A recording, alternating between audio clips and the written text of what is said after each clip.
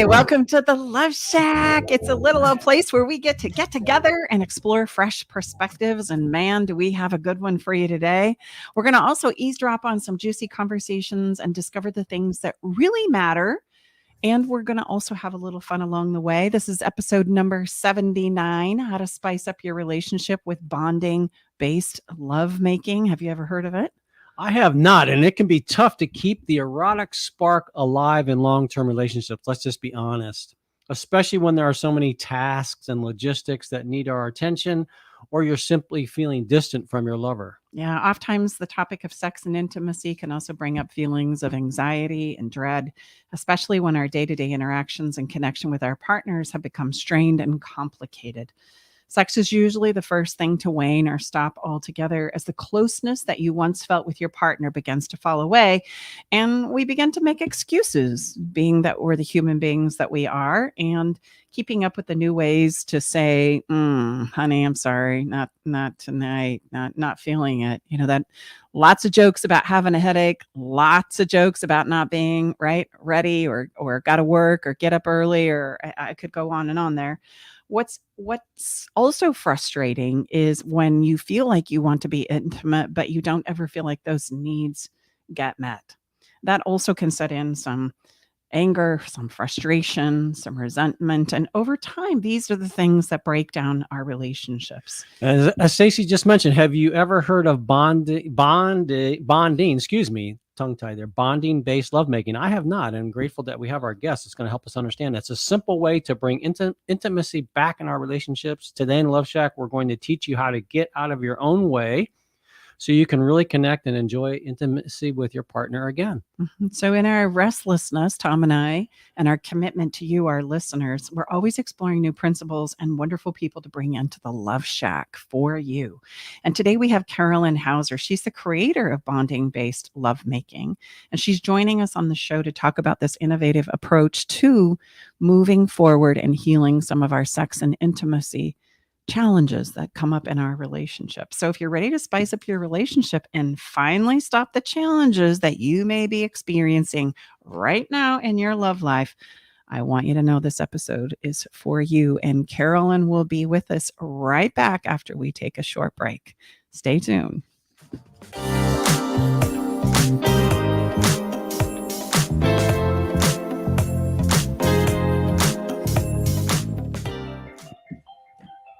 I met Stacey and Tom about 2 years ago. I was at a point in my relationship where I was ready to file for divorce. Not that I wanted to, but I just felt hopeless and helpless. I'd been through other counseling and coaching and didn't find any success. With Stacey and Tom's methods, I was able to eliminate insecurities, set boundaries, plant my flag, eliminate rabbit holing. I was separated from my wife for a year, and I have since moved back home for the last 6 months now. I still refer back to a lot of the teaching that Stacey and Tom provided, and it's helped me. It's well worth it. Learn the simple 3-step system to rescue your struggling relationship by registering for Stacey's brand new free workshop. Reserve your seat by going to staceybartley.com/workshop. Are you ready to venture off the beaten path, expand your mind, raise your consciousness, and open your heart? Allow me to entice you with interviews with amazing souls from around the world. Indulge in history, mystery, science, and spirituality. There's weekly skin tips, live esoteric readings, and answers to life's burning questions. So come join me, Sakura, your host, intuitive medium and spiritual hypnotherapist, each Wednesday at 2 to 3 p.m. right here on KKNW for Love from the Hip. Hey, babe, did you know that the average couple spends only 2 hours a day with each other? And the majority of that time is spent eating, watching TV, and surfing social media rather than connecting with each other. And if children are involved, my gosh, it's even less time than that. I know, babe. That's why you created our conversation cards for connection, because they're the perfect conversation starters. So the next time you're sitting on the couch, rather than turning on the TV or grabbing your phone, pull out a card and get ready for some good old-fashioned laughter and love and connection. Yeah, you can get your cards at staceybartley.com. Organic, free range, and fresh daily. Alternative Talk 1150.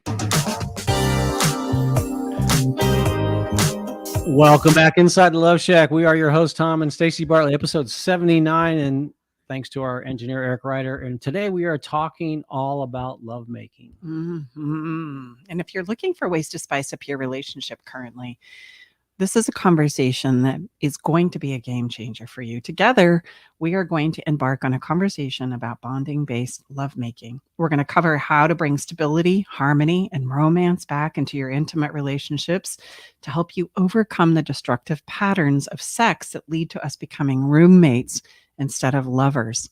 We have with us in the Love Shack, Carolyn Hauser. She's a German-trained naturopathic doctor, a humanistic psychotherapist, and a family constellations facilitator. She's also the author of the award-winning book, Blossom, Your 7 Steps to Sexual Healing, and the creator of the Pleasure IQ and Blissful Marriage Method. Carolyn's also an internationally recognized speaker and teacher on the subjects of spirituality, relationships, emotional healing, and of course, our topic of conversation today, bonding-based lovemaking. Carolyn, welcome to the show. It's so great to have you here with us today. Thank you so much for having me. Hey, I want to jump into our first question, which is, how did you personally become interested in bonding-based lovemaking yourself? Where does this come from?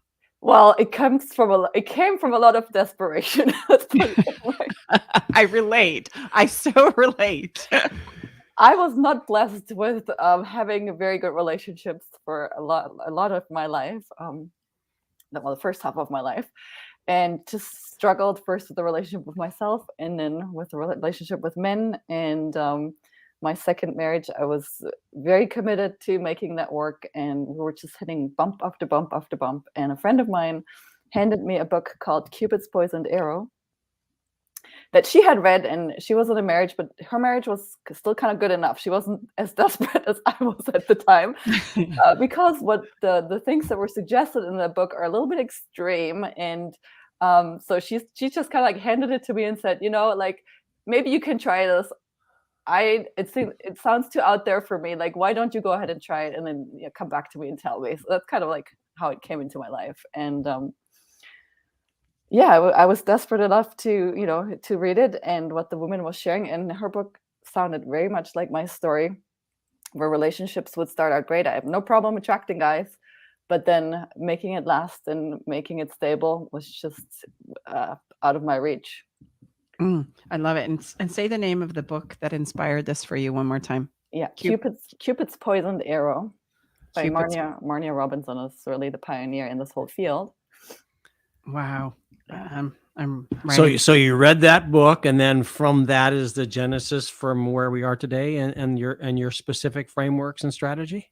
I mean, I had already been working as a family constellations facilitator, and I've worked as an energy healer, but my own relationships weren't working. And my husband at the time, once I introduced what was in the book, he couldn't get on the same page with me, so that relationship didn't last. But since then, I've been able to really create a lot more stability in my life, and it is due to what I learned from Marnia, and also have helped a lot of people bring intimacy and stability back to through their love lives. And we generally think that our problems are psychological or because of traumas, and there's obviously something to it. But what Marnia was suggesting is that our problems actually come from biology and neuroscience. So tell us more about that. I believe wholeheartedly, by the way, I know that our problems around sex and our ability to talk about it and explore it, right, are age old. Historically, we have been forbidden to talk about such things, to explore such things. Even I bet you have this in your clinical practice as well, that when the topic of sex comes up, we all tend to clam up. Our clients tend to clam up, like, can we really talk about this? Is this really okay? Even though it's where we all come from sexually, right? None of us would be here without this wonderful vehicle called sex. Because of our religious and family of origin programming, we tend to feel it's a taboo subject. And I think in a large part too, and one of the reasons why I was so excited to bring this conversation to our listeners is trying to open up those conversations around sex, right? Because they are the things that we can, if we have the conversations about sex, we can get better at this. We can understand it for ourselves. We can adopt an identity of who I am sexually and where I want to go with this and how I want to show up in this. And I can explore this with my partner. And a lot of people don't also understand that sex is a great vehicle for self-exploration, right, with myself and my partner. And so one of the things that I was so excited about bringing you on is this idea, of course, of bonding-based lovemaking, because it is rooted in biology and neuroscience. So tell us a little bit about that. Yeah. So first of all, there's a lot of confusion when it comes to sex, what it is, what it's for, what it's not, and so forth. And the confusion is actually understandable and it's real. Because what we as human beings don't know is that we actually have 2 programs for lovemaking, right? We just know what we know. And that's just, making love the way that we know, in a sense, where that program biologically is connected to procreation, and that's where the problem starts. So when we have sex the regular way, meaning including orgasms, we're kind of like entering into a survival program for our genes. So genetically speaking, our genes really want us to mate with as many people as possible so that our species survives. Right? It's not interested in the survival of the union, in a sense, between men and women. It drives us to getting bored with each other and to finding novel interests more stimulating and so forth. And it does that by using dopamine. Dopamine is a very, very highly addictive neurochemical. And so nature was very clever. It connected making babies with something like a cocaine high, basically. Right. We laugh about it, but if you look at it I'm not a brain scientist, but there are brain scientists who actually have looked at this and have done brain scans on people taking heroin or taking cocaine and people having orgasms, and it's the same exact thing on a brain scan. Like it shows up, and it impacts us the same way. So imagine you just took a whole dose of cocaine, and if you have, what that feels like, and you also know what it feels like right after and coming down off of it. Right. And so that's where the problem starts. When we have an event in our brain that is so intense, neurochemically speaking, it shifts our perception of each other. And it makes it so that over time, instead of being in love and having the honeymoon feelings that we have because something is new, we start seeing all the faults. And then, all the negativity starts creeping in, and we close down and we don't feel attracted anymore. And it all goes downhill from there. Now, the good news is, there is a second program that we just don't know about, and it has to do with oxytocin, activating oxytocin, and a bonding program, which is also a survival program. So it has very strong pleasure rewards, just like nature rewards us for making babies. It also rewards us for deeply bonding with like a mother to a child. For a mother, it's very pleasurable to be bonded to the baby, and nature made it so that the mother would actually take care of the baby and not just drop it and leave it optimally, right? Yes, absolutely. Absolutely. And I love this distinction in my work and in my conversations with my clients. We're talking about the physical attributes, right? And the emotional, spiritual attributes that we all have as human beings. So the act of having sex would be the release of dopamine, arriving at orgasm. And the oxytocin that we experience would be more of what drives the emotional bonding piece, the spiritual piece, the deeper pieces that we have inside of ourselves. I refer to this as our human navigation system. And I totally agree with you, Carolyn. We don't talk about this enough, right? We talk about life through the lens of the physical, I suppose, because that's what makes sense to us, right? That's what we see and can measure and test, etc. So and just, I don't want to be rude, but just to interrupt you, bonding-based lovemaking is a physical way of having sex. It's just a very, very completely different way that none of us has done before. It's not having sex without an orgasm, it's just having sex in a very different way. Yeah. So tell us about it. Tell us about so we can start understanding this. Yeah. How graphic do you want me to get? Well, I just remind you that it needs to be radio friendly. So, which means we have to speak scientifically about body parts and processes. Biological sense. So. But I'm thinking of the listener out there who's saying, okay, tell me about this, and tell me how it works and why I would even want to embark on it. So maybe let's start and dive a little deeper there. Like, why would I Yes. even want to entertain the idea of bringing this into my relationship, and what does it look like? I don't even know if I'm on board yet.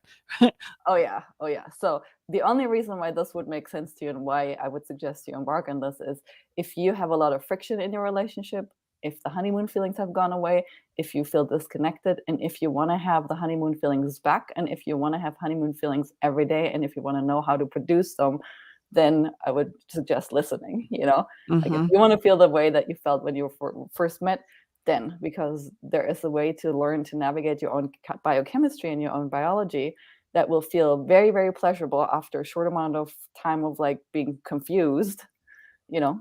Yeah. And Yeah. it still is physical lovemaking, just way, way slower in a way where it's not so much about genital friction, but really connecting an energy. And the more you use their specific bonding cues like breathing together and looking into each other's eyes, and a lot of it has to do with your intention because the subconscious is very clever and it goes by energy. So when the subconscious feels like your partner is coming towards you just wanting something, so oftentimes in sex, we get touched because somebody wants something from us. Somebody wants to have sex with us, and therefore they're touching us to turn us on or something like that. So the perception in the subconscious is like, oh, somebody just wants something from me.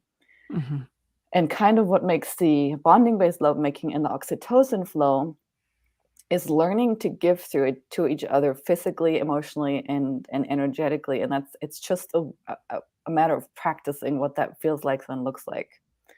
And when that happens, when you start getting touched in a way where your subconscious feels like you're being given to, then your whole subconscious relaxes, and then the oxytocin starts flowing. So in a sense, it's really learning to make love in a very, very, very, very relaxed way, which for guys is like, huh, how, like what, right? Because you're so used to having to do something to be able to perform and all of that all falls away.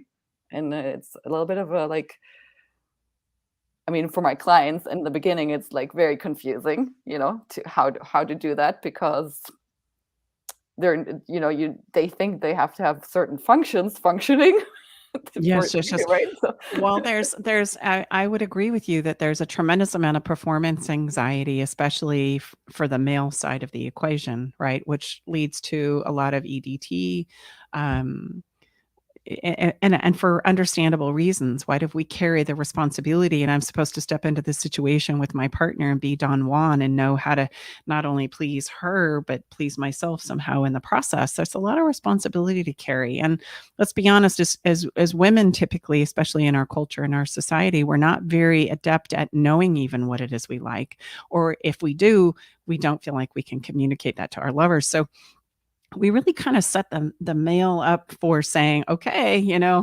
figure out how to love me and rock my world and be romantic and pleasure yourself. And then, gosh, if you can't do that, who's banging on who, right?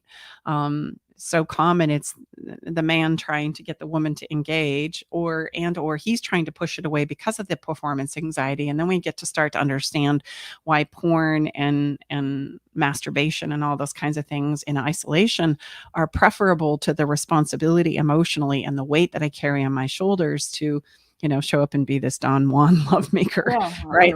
and risk to be rejected all the time, right? Yes, yes. I mean, Yeah. that's a lot to ask. What do you have to say about that? No, and I would just, ask Carolyn. So I like where you're going. So I would sense from what you just described that trust is a very important part of this newly learned framework and process. What you just described, right? Yes, and also as your brain relaxes and as you do the physical bonding behaviors, you are going to start feeling more secure and you're going to feel more trust. So we basically in early development and early child development, we develop either a secure attachment style or an anxious or an avoidant. Ideally, a baby gets really well taken care of and feels securely attached and has the oxytocin bond with the mom. For a lot of us, that doesn't happen because, mom had to go to work or whatever, other siblings, it doesn't have to be abuse all the time, but obviously abuse also and neglect. And so when we as adults then start using these same pathways in our brain, it is really a healing experience of getting what we didn't get as a baby, right? So it goes really all the way back to, and so when our brain and our nervous system starts receiving those things, and even better if you had it as a child, this will be much easier for you than if you didn't have it as a Sure. child. You will automatically have an experience of trust just based on your physiological response to each other. Meaning that feels familiar, right? If I come from a place where I had some secure bonding with my family of origin, with my parents, right? Mhm. When I feel it again, I go, "Oh, that's it," right? That's what makes me feel safe and secure, etc. And I mean, we talk about subconsciously, mainly like these programs are very deeply subconsciously ingrained. So when we get attention that is loving and comforting, instead of like, somebody wanting something from us, our nervous system or our subconscious mind reads that as safety. So subconsciously we start trusting each other, because right now we're not trusting each other subconsciously, because subconsciously it feels like you're just wanting something from me all the time. Yeah, and that's a Yeah. huge problem, especially as it relates to long-lasting relationships for sure, where I feel like there's always more that you want, more that I have to give in order to make this work, and we all become emotionally exhausted, right? We run Yeah. out of Yeah. emotional gas there. And with bonding based lovemaking, because of the physical experience and because of your feeling of really getting your needs met, all of a sudden your I mean, it can really transform your entire life and the way that you feel about yourself, because you're living a physical experience of um, there not being any lack, like total fulfillment. Well, you're causing me to reflect back. When relationships first start, there's a place where we have that Hmm. experience typically Hmm. where I say, "Oh gosh, you really get me," or "You Hmm. really understand me," and I've never been able to share this with anyone before, right? That's kind of the cue of, Hmm. gosh, I've never been able to relax into this before. And then we start to build this life together, and we fast forward even 5 years, right? And then we start to realize, oh, I'm starting to feel unsafe. I'm starting to feel insecure. Tell us a little bit about what you know from the neuroscience and the dopamine, oxytocin, et cetera, as to why that's typically the case. Why is it that we start out in this place where I'm like, oh, gosh, you really get me? And sex is typically easy and exciting and thrilling. And then we move into this place as we start to build a family and a life together. It moves into a place of like, "Oh, honey, not tonight," Hmm. just not feeling it. Or like you said, I feel like I just don't have it to give. I think a lot of females feel that way, like, I just Yeah. don't have it to give, right? Yeah. Can you do something else? Yeah. Yeah. So the scientific term for what you were describing is called habituation. And the biological reason for this is that we are programmed to find novel mates interesting, right? So when we first meet somebody that's compatible with us, we have a whole kind of different chemical cocktail in us because of the novelty of it, and because nature wants us to like want to make babies, right? And so in the beginning, it's very enticing, and they have done studies with rats where um, rats are pair bonding animals, where the guy could have had as much sex with his wife as he wanted. In the beginning it was fine, and then he got tired and super not interested, and then they would just put a young fertile new rat in it, and he was ready to go and like go for days, and like all of a sudden his disinterest and tiredness and depression was completely gone, just because a new fertile female was introduced.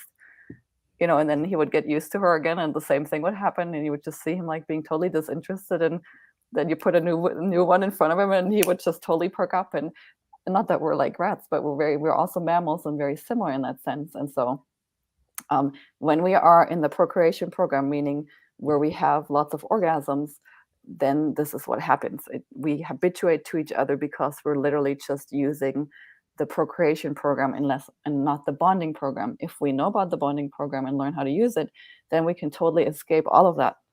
Mhm. Or if we've fallen trapped to it, and if you're hearing this for the first time and you're like, oh my god, this is what's happening to us, um, it doesn't take very long to shift into this other program and learn it. It's really just a skill in a sense, and getting some help with the subconscious childhood wounds in order, so that your traumas don't get into the way, in a sense. If you were a child that didn't have safe bonding as a child, there might be some resistance That's part of it also, why you might have recreated an adult relationship where you're not getting it, right? But all of that can be healed, that's the good news. Yes. Well, I see very, very much so in the work that I've done over many years with hundreds of couples from around the world that we have the ability, and I'm sure this has to do with our energetic, natural intelligence of being a human being. We recreate do-overs to help us understand and heal from things that we've come from in our past, which is why it is we tend to replicate things that are unresolved or unhealed inside of ourselves. And I don't know of a greater growth vehicle than relationships, right? That is the Yeah. personal growth vehicle that does spectacular things to help us see ourselves and to understand ourselves and to work some of those things out, right? we Yep. will do things in relationship that we won't do anywhere else in our lives for others and for ourselves. And Yeah. I can see that what you're saying would be the greatest place where we could come in and we could kind of address some of these attachment issues that thank goodness we have so much wonderful research, et cetera, to help us understand more about why it is that we're doing what we're doing instead of feeling crazy, instead of feeling like I'm losing my mind, right? On both sides, whether I'm saying I can't get my sexual needs met emotionally, or I just feel like I don't have anything to give in the tank, that can be a very, very difficult place for either side to be in.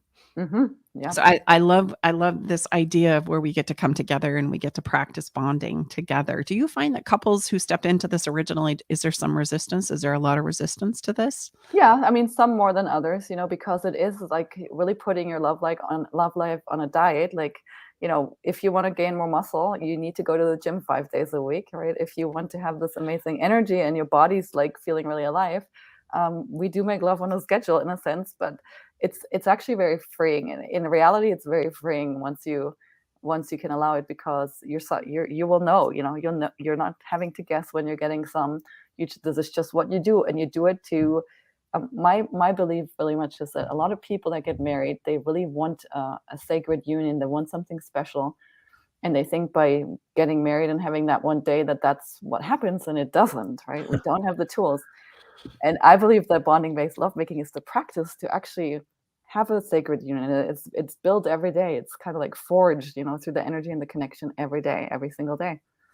So wait a minute. You said something that I don't think we've touched on right now, which is, okay, it's a schedule. Like, and I can almost hear my listeners going, wait a minute, that's not romantic. Come on. Right. Well, I think that what I need is romance. So Yeah. that's what I'm thinking I need. Yeah. So tell us a little bit about the Yeah. schedule and how that works. So I'll just tell you what my life looks like, right? And so generally we wake up and we cuddle for like at least a half an hour, and then generally we also cuddle for at least an hour in the evenings, and then generally every other day we make love also, and then generally once a week we have like 2 or 3 hours where we make love. So we make love a lot and we connect a lot, and it's awesome. And it makes it so that we're very stable, we're very in sync. We have no communication problems when we stick to it. When we don't, we have all the other problems that other couples have, and it's like you can see it immediately, like when we fall into the other, because every once in a while we're like, oh, it's going well, and let's just try again, let's just see what an orgasm feels like. And then inadvertently for 2 weeks we can't hear it, like we can't hear what the other person is saying, everything's triggering. It's like, what just happened? Like, we don't normally have problems, and all of a sudden now we have problems. Like, what happened? And I mean, I have enough experience to know what happened. It's just my chemistry is off. And yeah. Oh, wow. So do you never, when you're engaged in the act of lovemaking, there's not an orgasm that happens in the cuddling and the bonding method?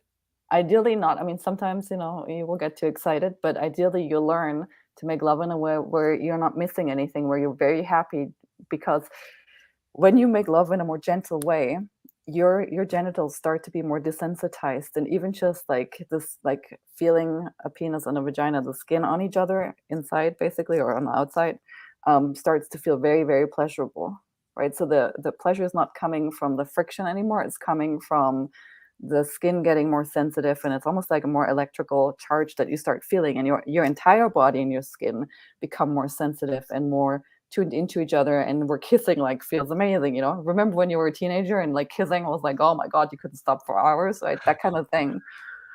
I do remember that, actually. Do you remember that?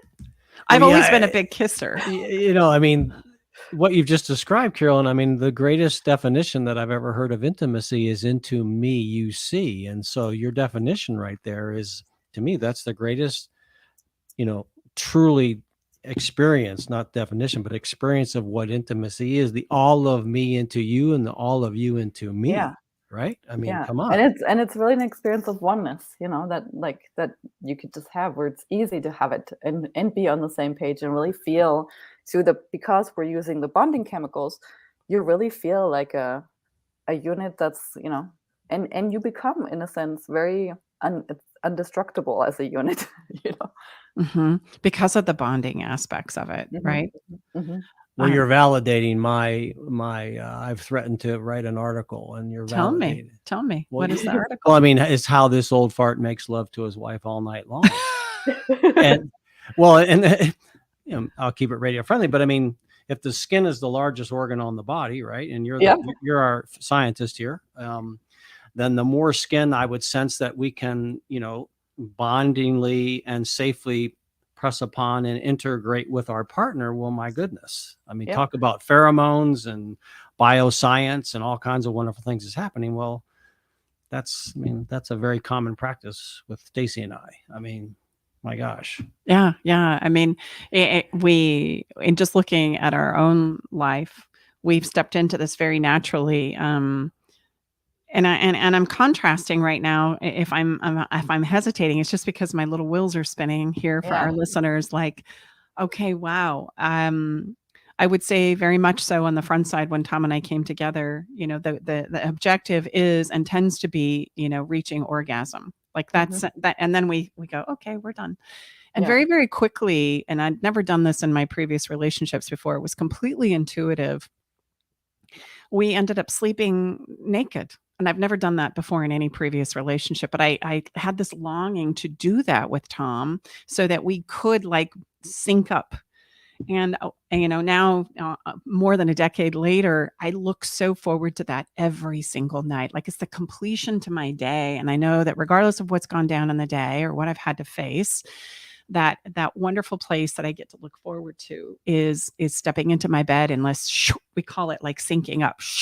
And we get to take our bodies and just kind of cuddle for a minute, and we'll talk about the endings of the day. But there's a very specific position that he puts his arm around me and I hook my foot on his leg, and it's just like, everything is right.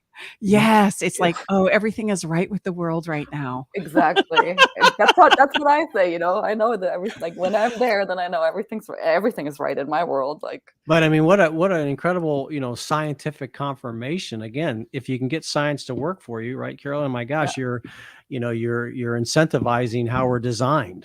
Yes, and actually, one of my clients yesterday shared. My clients know that I'm I'm a nerd on this topic, and somebody found a study that the only hormone connected to longevity and you staying young is oxytocin. So there's a lot of benefits, health benefits, energy benefits. Oh wow! So on and on. We could get younger by having more oxytocin in our lives, right? Oh, what sold me actually was I saw a video of Marnia when she was already in her 50s or 60s, and she looked like a 19-year-old, and I was like, I need what she has. Like she was glowing and oh my God, Yeah. Well, so as we kind of get ready to wrap up our conversation, we could talk about hours. I'm fascinating about this. I do want to give our listeners some places where, okay, if you want to explore this, right? If you want to try this on in your relationship, if you want to take the next step, could we give them 1, 2, 3 steps to get started? Like, how do I start doing this in my relationship? And maybe I'm really I know we're at odds or there's a bit of disconnection between us. How do I easily and simply start stepping into maybe exploring if this is something that would work for my relationship or not? Yeah, I definitely think, start reading the book, that's where it starts, because you need to have a lot of scientific proof in order to kind of, when it gets to not, stopping yourself or weaning yourself of having orgasms, your unconscious mind will want to say things like, it's probably not that bad, and it won't matter. And if you don't have the scientific knowledge, really, the book is a compilation of a lot of arguments for bonding-based lovemaking, so it really helps having that under your belt before you try it. And then in the book, Marnia has actually put together a 21-day kind of, she calls it the ecstatic exchanges. If you want to try this by yourself, I do not recommend trying this by yourself because of the subconscious stuff that's connected to all of that. So ideally, read the book, see if it makes sense. If you really want help, find somebody like me. I do have a free training on my website that people can also go through just to get a little bit more of,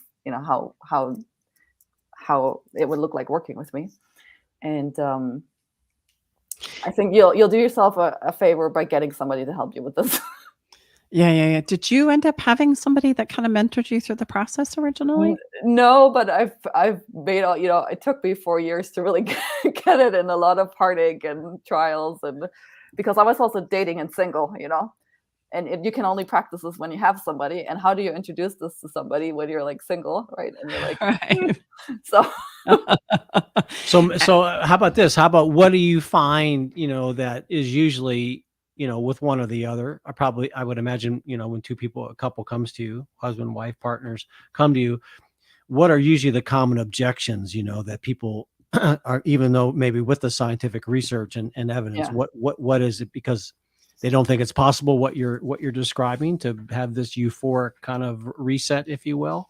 Yeah, that, and then a lot of it, a lot of women have autoimmune stuff and think that, people think that they don't want sex because of their libido, and the libido is connected to the procreation-based program. So once you get out of that, your body will start wanting and start responding and getting juicy again on its own, but so oftentimes it's hormonal issues, and people don't think that would, because they're older or have had babies or whatnot, they don't think that it could be any different, like physically, So and I'm a naturopathic doctor, so I have a lot of experience with helping, people naturally bring the hormones back in balance. And for men too, a lot of men struggle with, they think they have low testosterone, and yes, but for bonding-based lovemaking, you don't need to have more testosterone. It's you need testosterone for the procreation program, but not for the bonding necessarily.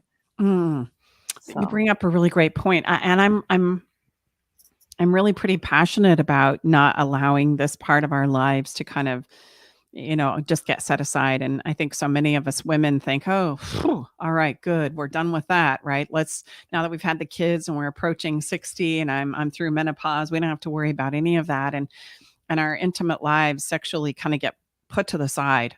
yeah. And I think that we miss out on a lot of opportunity there, for rejuvenation, for longevity, for brain health, for emotional health, right? There's a lot of things that we don't realize we're kind of setting to the side. And Yeah, in my opinion, it's like setting you can have paradise on earth, and you're like, oh, I don't need that, Yeah. That's not for me. I don't need that. I'm 60 now. We're just going to ride into the sunset. Well, I'm 50 I was just now. going to ask, Carolyn, are you able to, like you say, as you get, cross over the age barrier of 60, is that a place where, you can help, someone that steps in with Yeah. you, because Yeah. again, I have no interest in that, and Yeah. for those of our children that are listening, please plug your ears. No, just kidding.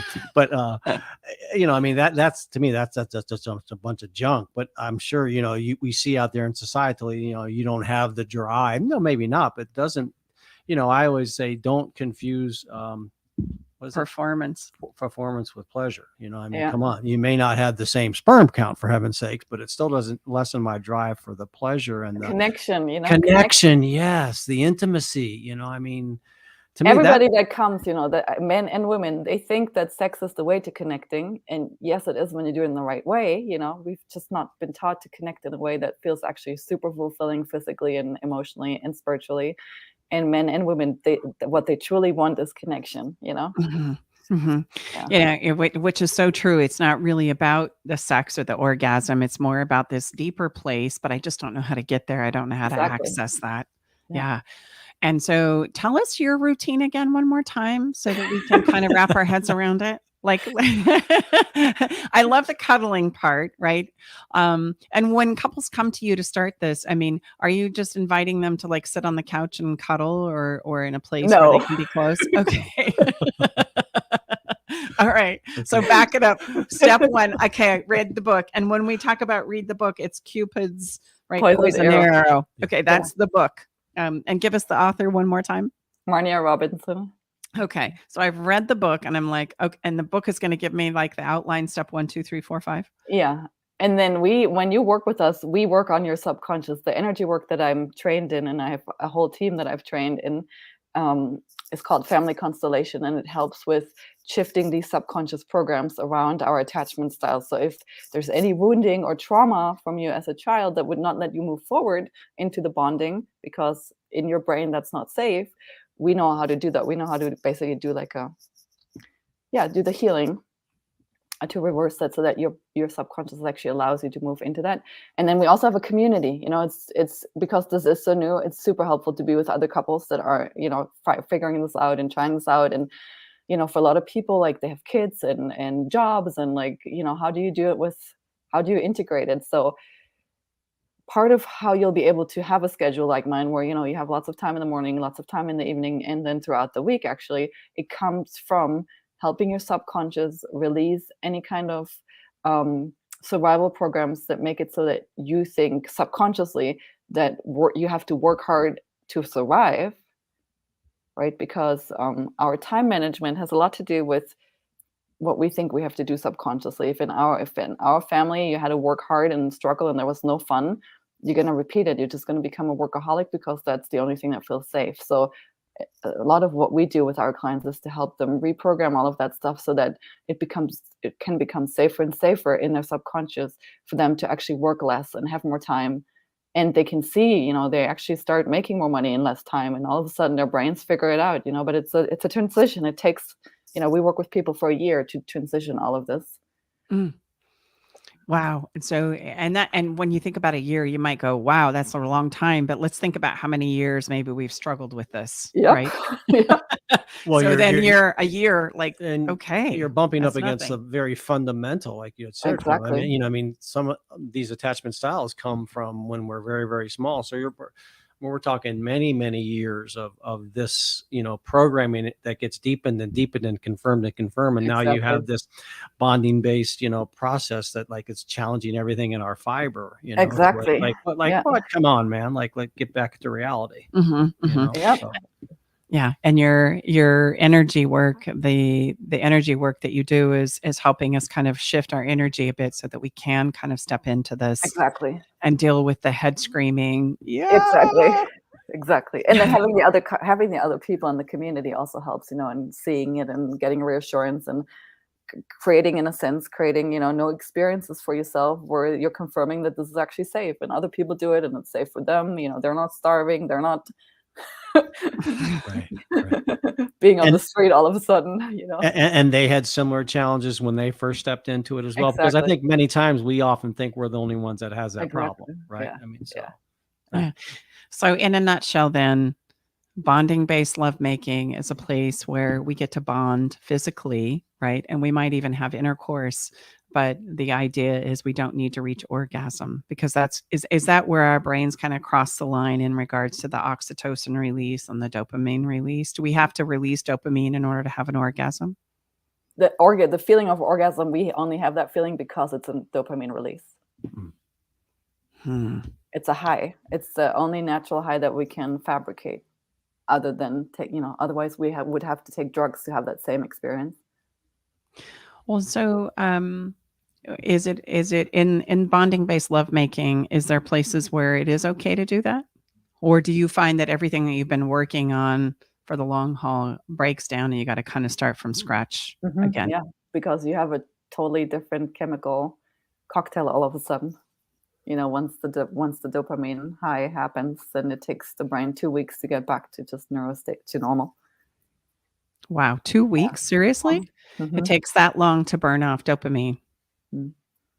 And so how do we, then I start to think about lifestyle, and I know we're not going to be able to get into this in our 2 minutes or so that's left, but I start to think about all the places where we get dopamine hits throughout our life, right? It doesn't just happen in orgasm. So, I mean, I can get a dopamine hit on Facebook or shopping or and all those things generally do not foster real connection. So it is a detox, like it's the entire detox process, and coming back to yourself and what's real, and real pleasure, and getting pleasure from real things. And food is also connected to it. I mean, there's lots that's connected to it, but yeah. Yeah, aphrodisiacs, I mean, Oh yeah. well, I mean, then the whole sales industry knows this, and they use it to get us hooked and yeah, this. oh, for sure, and it's Yeah. almost like you have to play in that world in order to even be, able to rise above the noise, right? Yeah. As we're in the world in which we live in, and things are traveling so fast, and more and more things are done online than they are face to face or in person through our technologies. Yeah. How do you see that playing out as we wrap up here? Well, we're really on a mission to get people back to like a more healthier way of living. Like too much dopamine is just not good for us. It creates a lot of aggression, it creates a lot of violence, it creates a lot of misperception and lack. And so if we as a society can learn to as a whole get off the whole dopamine train and back to something more normal, it will create a much more peaceful world. That's what I believe. I love that. Yeah. And any let's do that. Sometimes I love to do everybody take a takeaway, right? Like, what is the one thing that we want to leave our listeners with through our conversation today that maybe stood out to us individually or personally? So for Carolyn, I'll let you start. What is something that you want people to remember and take away from our conversation and all that you've shared with us today? That we can, truly have paradise on earth, and it just takes like doing things completely differently than most everybody. But it's never too late. Like you can, even if you're older or, wherever you are, there is a way to shift this. I love that. What about you, Ben? Well, I would, it's what I just hear overwhelmingly screaming in my subconscious is slow down. I mean, that was so well said, Carolyn. We have so much coming at us, and the amount of overstimulation is literally off the chart. So I mean, it's what we tell our clients. What do we do when we become a hot mess? And what's the very first thing we share with them and teach them? Pause, breathe, because we know from a science standpoint that's going to slow our brain down. We don't need anything to speed us up. I don't, for heaven's sakes, I don't think any of us do. No, it's so true, and you kind of somewhat took mine, but it is this idea of being able to slow down and recognize and realize that intimacy happens in many forms, right? And holding and feeling close to somebody is oftentimes way more rewarding than any act of sex that we could do. I know when I work with couples, I have them this practice touching each other because it's been so long, right? Just sit and hold hands or sit close together or hug and just let that be enough, right? And then you can bring in, maybe the kissing and those kinds of things. But like you said, it's always very slow. And there's plenty of time to enjoy it. And I think that's a part too, where we don't really take the time to enjoy, the touch of your hand or the kiss, your lips on my lips and just really kind of soak that in. So, gosh, I would say, like you did, slow down and enjoy these precious things that we have in our lives. And it can make a true difference in regards to not only helping us feel better, but changing our chemistry. Now we know, Carolyn. So, Carolyn, please share with us and our listeners, where can people, find out more about you and your work? Yeah, it's all on my website, carolinhauser.com. Carolyn is spelled Carolin, no E, and then Hauser, HAUSER.com. It's been a pleasure here, Carolyn. Thank you I'm so sure we much. can have you come back and we'll have many conversations about this. This is something. Yes, this is something we offer to our listeners. We're all about helping you explore things that may or may not work for you. This is something that Tom and I realized, oh my gosh, we kind of just slipped into this intuitively. You betcha. Carolyn, thank you so much for you and your words of wisdom today and the work that you do. It improves couples' lives around the world, I'm sure. So have a beautiful week, and we look forward to connecting with you again soon. Thanks for having me. We're going to take a quick break here, a really short break, and then we're going to come back with a little bit of fun called Follow the Fun. So take a breath and just think about slowing down, maybe taking a pause.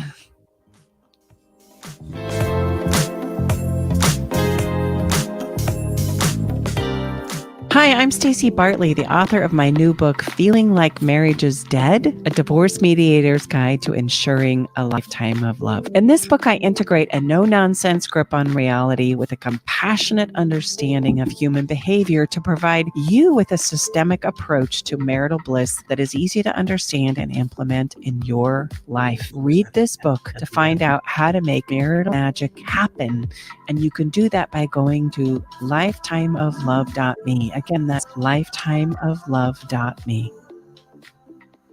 On the path to good health and well-being, Alternative Talk 1150 is the station for you.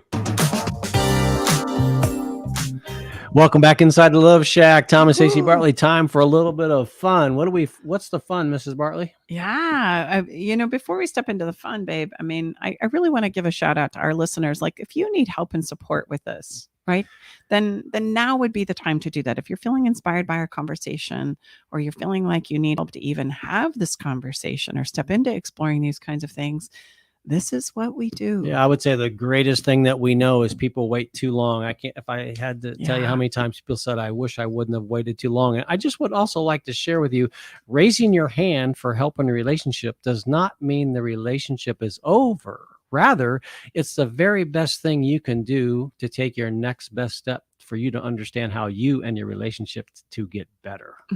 Exactly. If you know that you're wanting to face some of these challenges, maybe it's not, horrible, but you know that you want to improve it even. Or if you know that you're on the brink of things, making some significant changes, you can feel it coming. These are places where, gosh, it's okay to raise our hands and get some help and support with that. So as we step into a bit of follow the fun today, I wanted to impress upon you that demonstrating your affection creates feelings of intimacy and romance as well. And what do I mean by that? This demonstration of affection means you get to pause for a moment. We've been talking a lot about that. And maybe appreciate somebody in your life. Hey, as they're walking out the door to say goodbye, I just want you to know I really appreciate you taking out the trash or fold the laundry, or I just really appreciate you taking care of the kids. That really means a lot to me. And I noticed.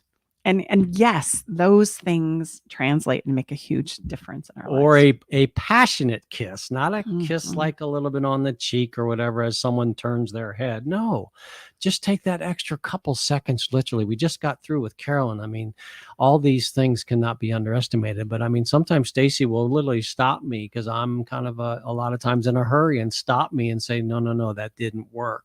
And take a few extra moments, and please, I need a real kiss. Plant one on me, baby. Slow it down a little bit.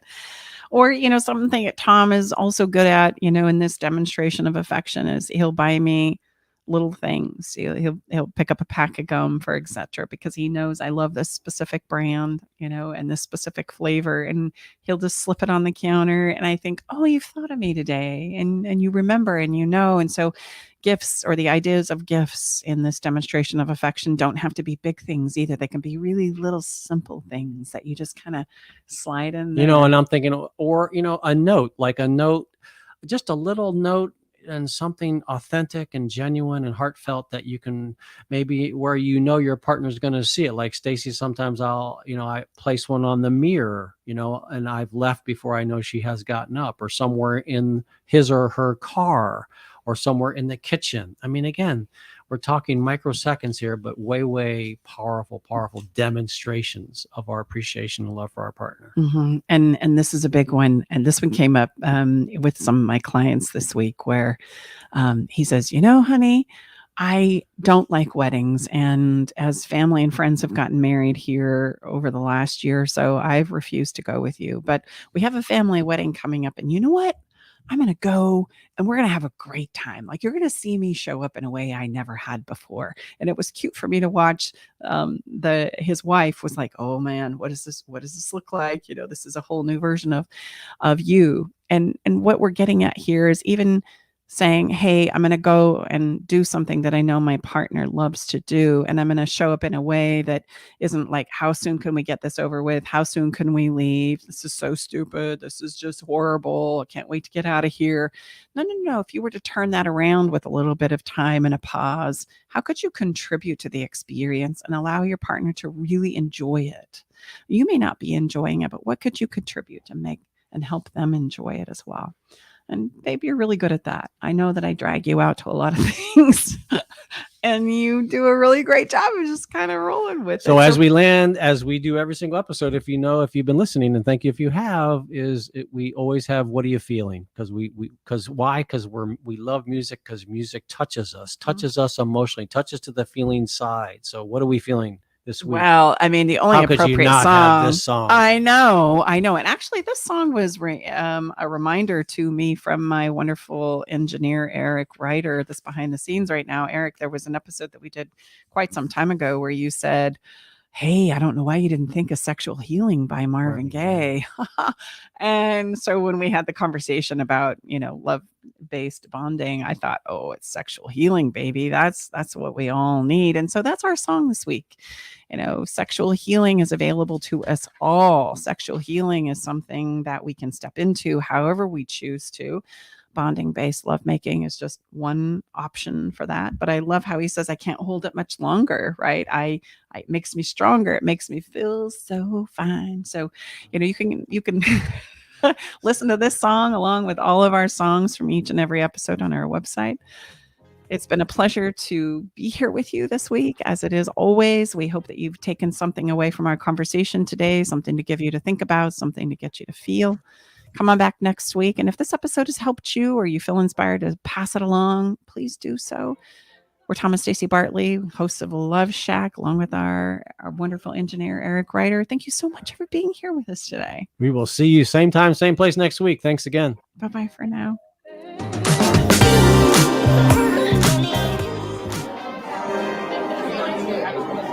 Thanks for joining us today in the Love Shack. We hope you came away with something that made your toes tingle. To learn more about everything you heard on today's show, go to staceybartley.com/podcast. Love the show? Help us spread the love by sharing the show with others. Okay, everybody, time to go. We got to close the doors to the Love Shack for this week. You don't have to go home, but you can't stay here. Come back next week, though, and join us for another edition of Love Shack Live with Tom and Stacey Bartley.